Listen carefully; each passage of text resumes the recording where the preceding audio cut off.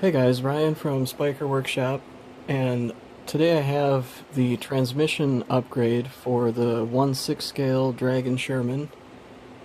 I'm going to be starting out just showing you how to mount the drive shaft part of it in the hull here. Towards the end of the video, I'll be showing you how to actually mount these motors. These are window wiper motors from a car. They're really cheap. They're around like 15 bucks a piece.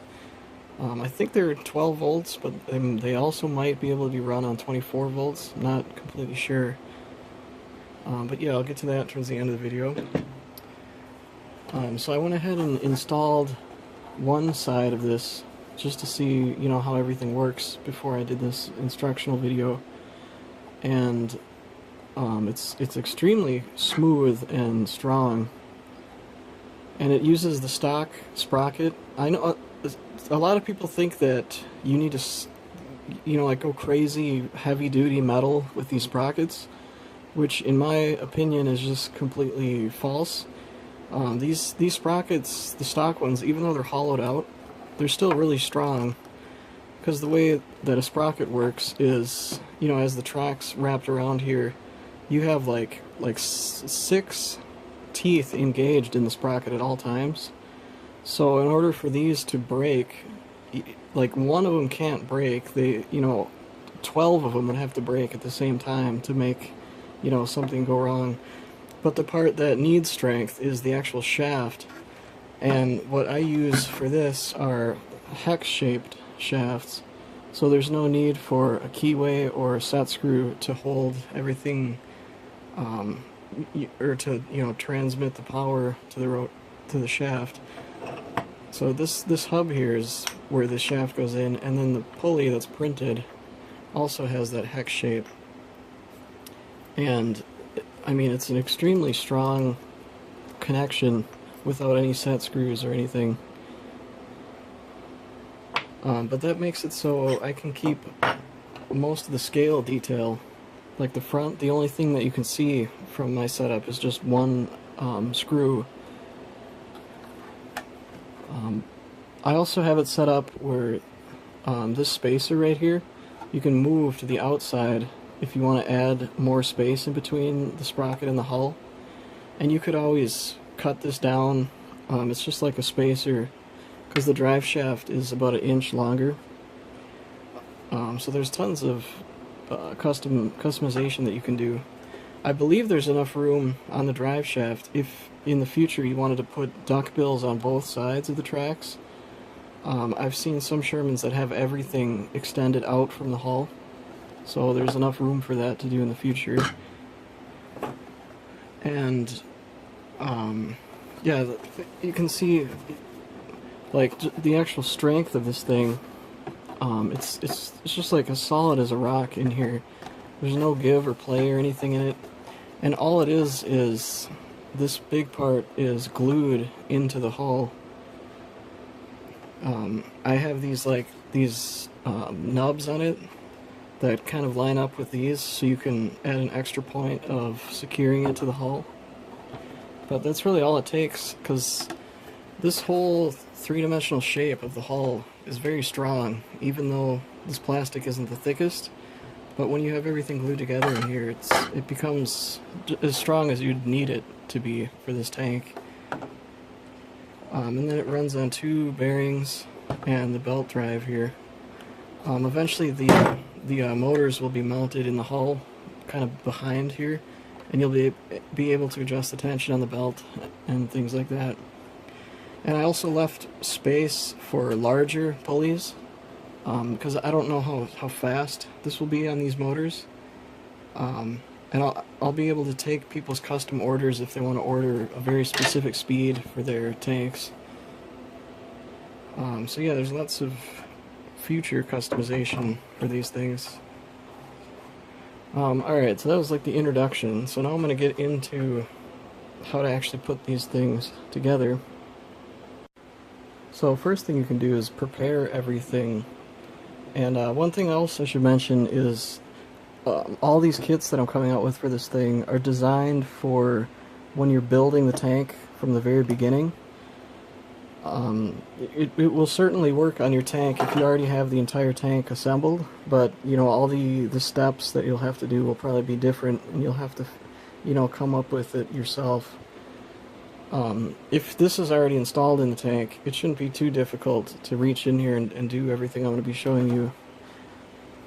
But to get started, these two pieces we got to modify a little bit.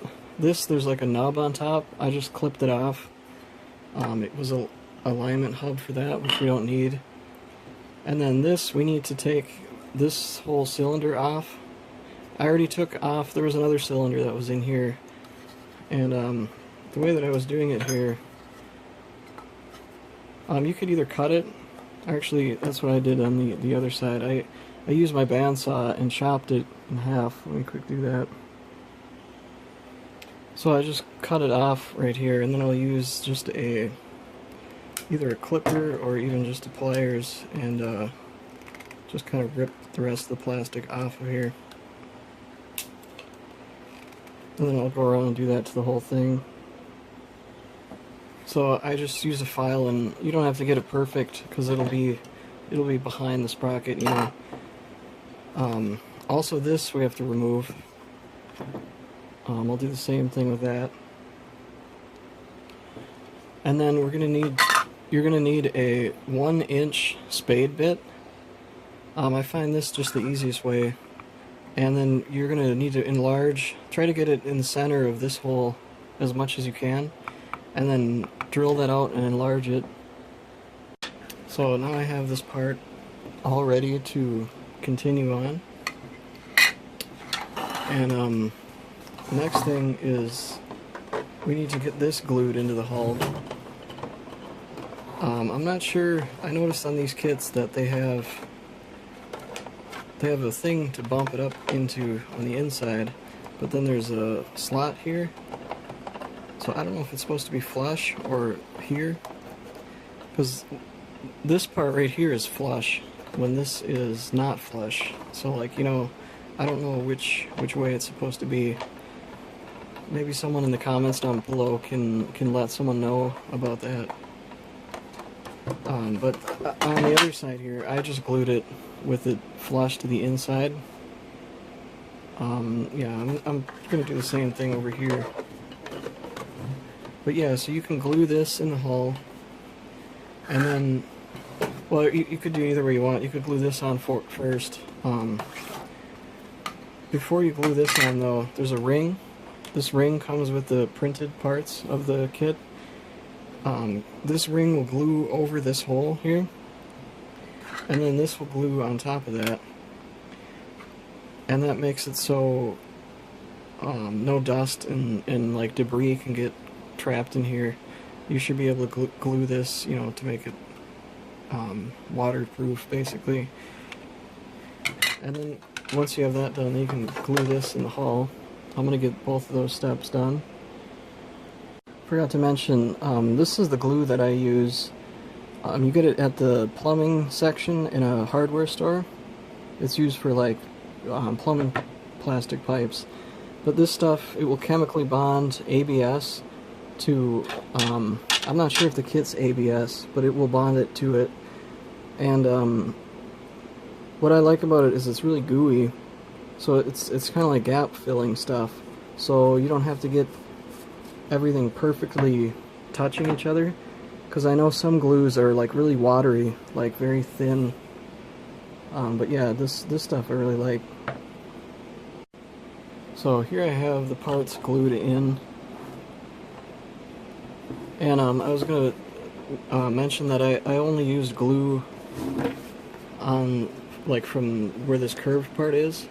I left the top and the bottom unglued for now, because I don't know how this has to fit inside the tank's hull. So I left it loose just to be able to adjust it once I actually put it in the tank, you know. So the next thing is we need to get the bearing housing glued in here. And before you do that, we have to put a bearing on the back side here. There's no way to get it in there before we glue it, so make sure that you put the bearing in here before we glue it in. Then we can put one in the top too. And then it actually goes in between that groove there, tight up against the wall. And then the way that you align it is you look down the hole here and use the bearing to line the mount up centered with the hole like that. I apply glue all to the whole back surface to make sure that it bonds well. And then after that's glued in there, you can either use the gap filling stuff, or I would recommend using epoxy and pouring some epoxy to fill in the gap between here. You can see how I did that over here. And that just gives it some extra strength to not flex once that's all dried. So yeah, I'm going to go ahead and glue that in there. So one other thing to note is this specific kind of glue is extremely smelly. It's really toxic stuff actually. So I would recommend either doing this outdoors or in a well-ventilated area. I'm actually using the vent system that's in my injection molding machine to get all the fumes out of here. It works really well actually. Kind of made a makeshift table on the injection machine. But here's what I came up with here. I got the part glued in, and you can see how it lines up here in the front with the my camera will focus. Yeah, the bearing is centered with the hull. And then I'm going to wait for this to dry. Once the top layer starts to cure, most of the smell goes away. So it doesn't take too long, but I'm going to jump ahead now. So while the transmission is drying, we can start gluing together the sprocket. In the kit comes this hex adapter hub here, and that works with these hex shafts that these use. And this is using the stock sprocket from the kit. It's really weird, these kits from the factory, they did not make the sprocket the correct size, which is weird. Here's the links from the kit. They don't actually fit on these sprockets. I think what they did is they sized the space for the trackpad, but they didn't take into account the flange that's on here. So other people have had to do a mod where they make them a little bit wider like that. Well, my adapter does that at the same time too. You'll want to put glue in all these grooves and everything, so it makes a nice secure bond. But we're going to glue that together like that, and then put glue on the top edge here, because this edge will glue to the inside of here, and then put glue around these rings here, and then also right here on this ring, and then it goes together like that. And then before you glue this, like I would glue this on first and then this after, you'll want to make sure to line up the sprocket teeth. I find the easy way is bottom it out on a table, and then you can match the other end the same way, and then you can just, you know, look down it as you're gluing it to make sure it's lined up. So I'm going to go ahead and glue those together. So once everything is dry, and this particular glue that I was using, I would let it dry overnight, to be honest, because it does take quite a while. But you could continue on with the assembly, you know, if you're careful not to overstress any parts that are still gluing. But yeah, the next thing that we want to do is to get the shaft on the sprocket here. Oh yeah, that's right, we have to drill a hole through here using a 9/64 inch drill bit. Try to center it as best as you can right in the middle here,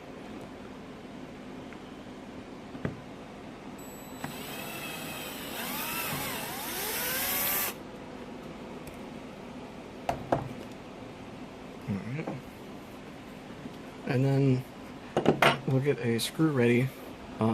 These two screws come with it here, with a washer. Because the end of the shafts are threaded, which is the main reason I use these. With screwing into the end of the shaft, you can get an extremely strong connection.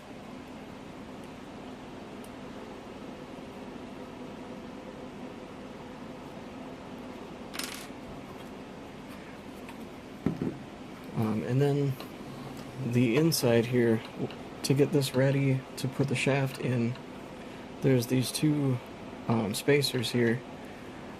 They'll go in like this on this side, and then like this on this side here from the inside. And they'll just insert into the bearing that's in here. And then we'll take the pulley, and the larger diameter of the pulley will face the wall, and make sure to put the belt around it also. And then we'll start feeding in the shaft,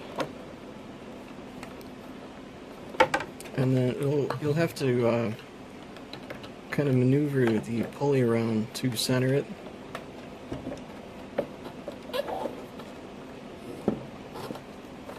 And then same with once it's in the pulley, to get it through that other spacer there.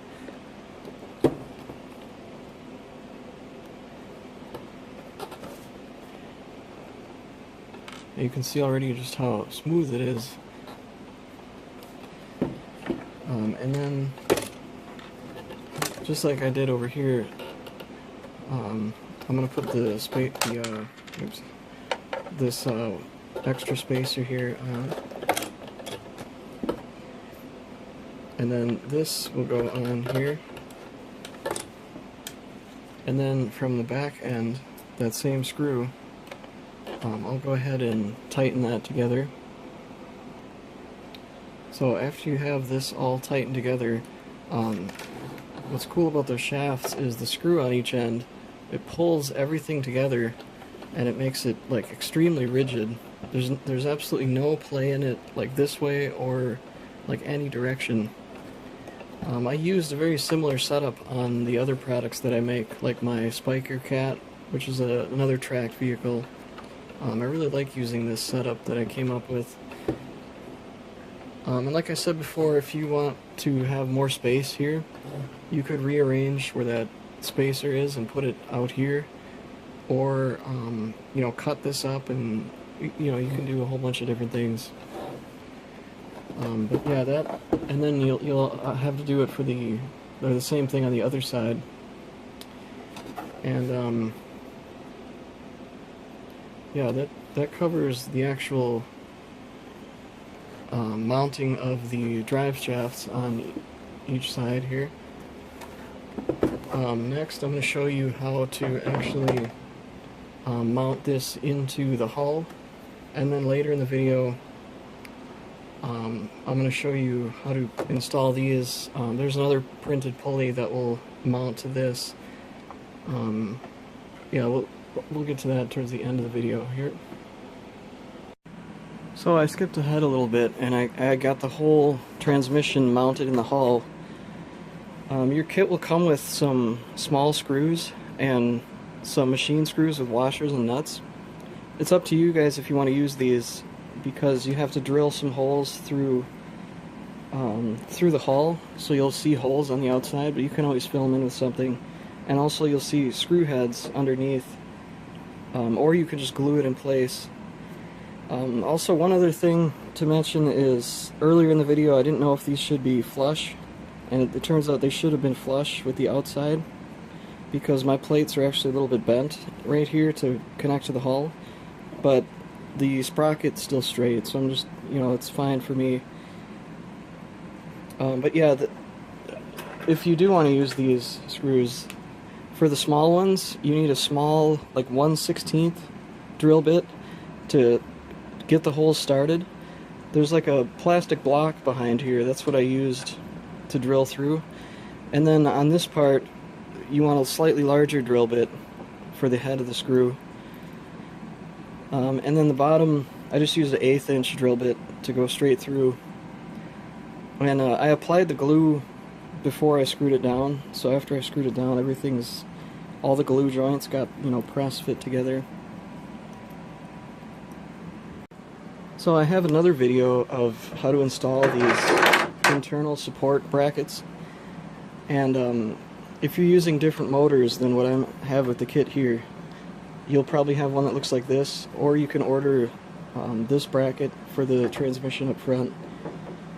And this has the motor mounts with it for the motors here. They're all adjustable.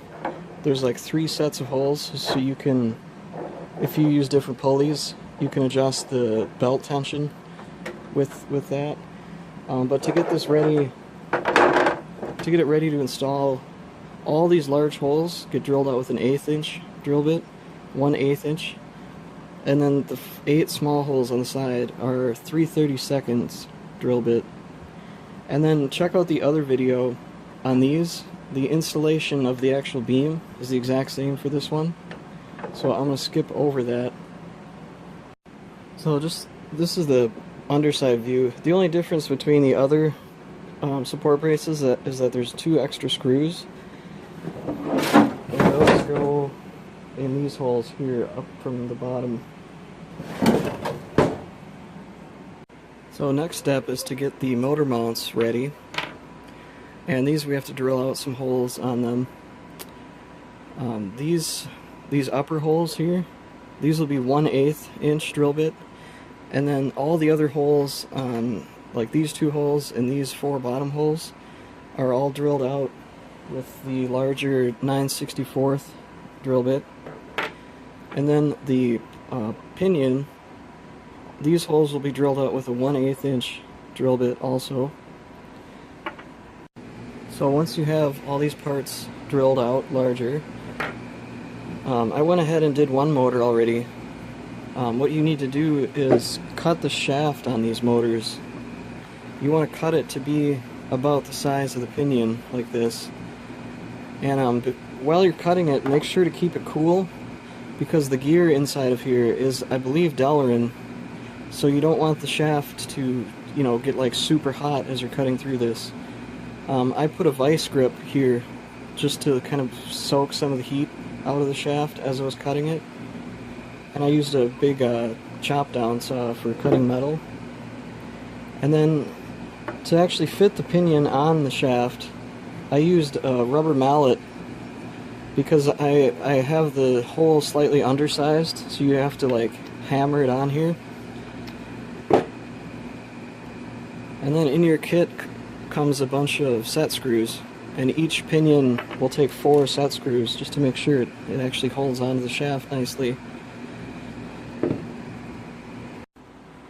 So once you have the pinions mounted to both, I went ahead and installed one already.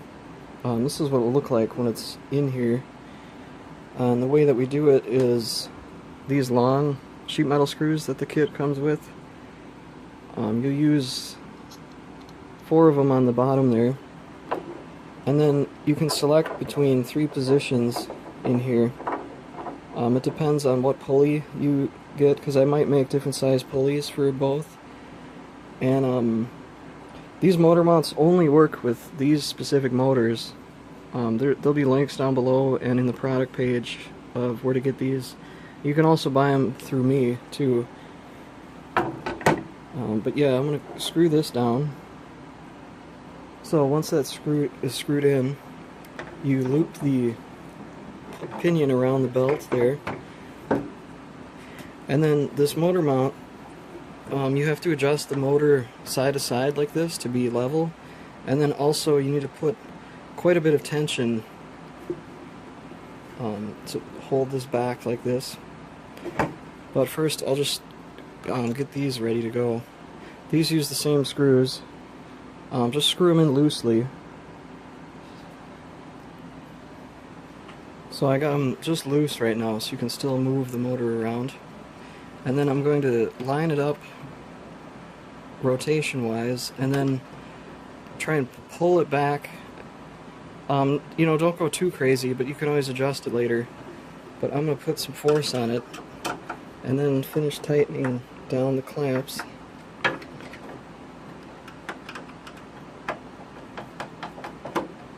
And you don't have to go too crazy on these either, because if you do go too far, you could strip the plastic out, but you have to use a lot of force for that to happen. So yeah, there's the actual motor mounted in here now.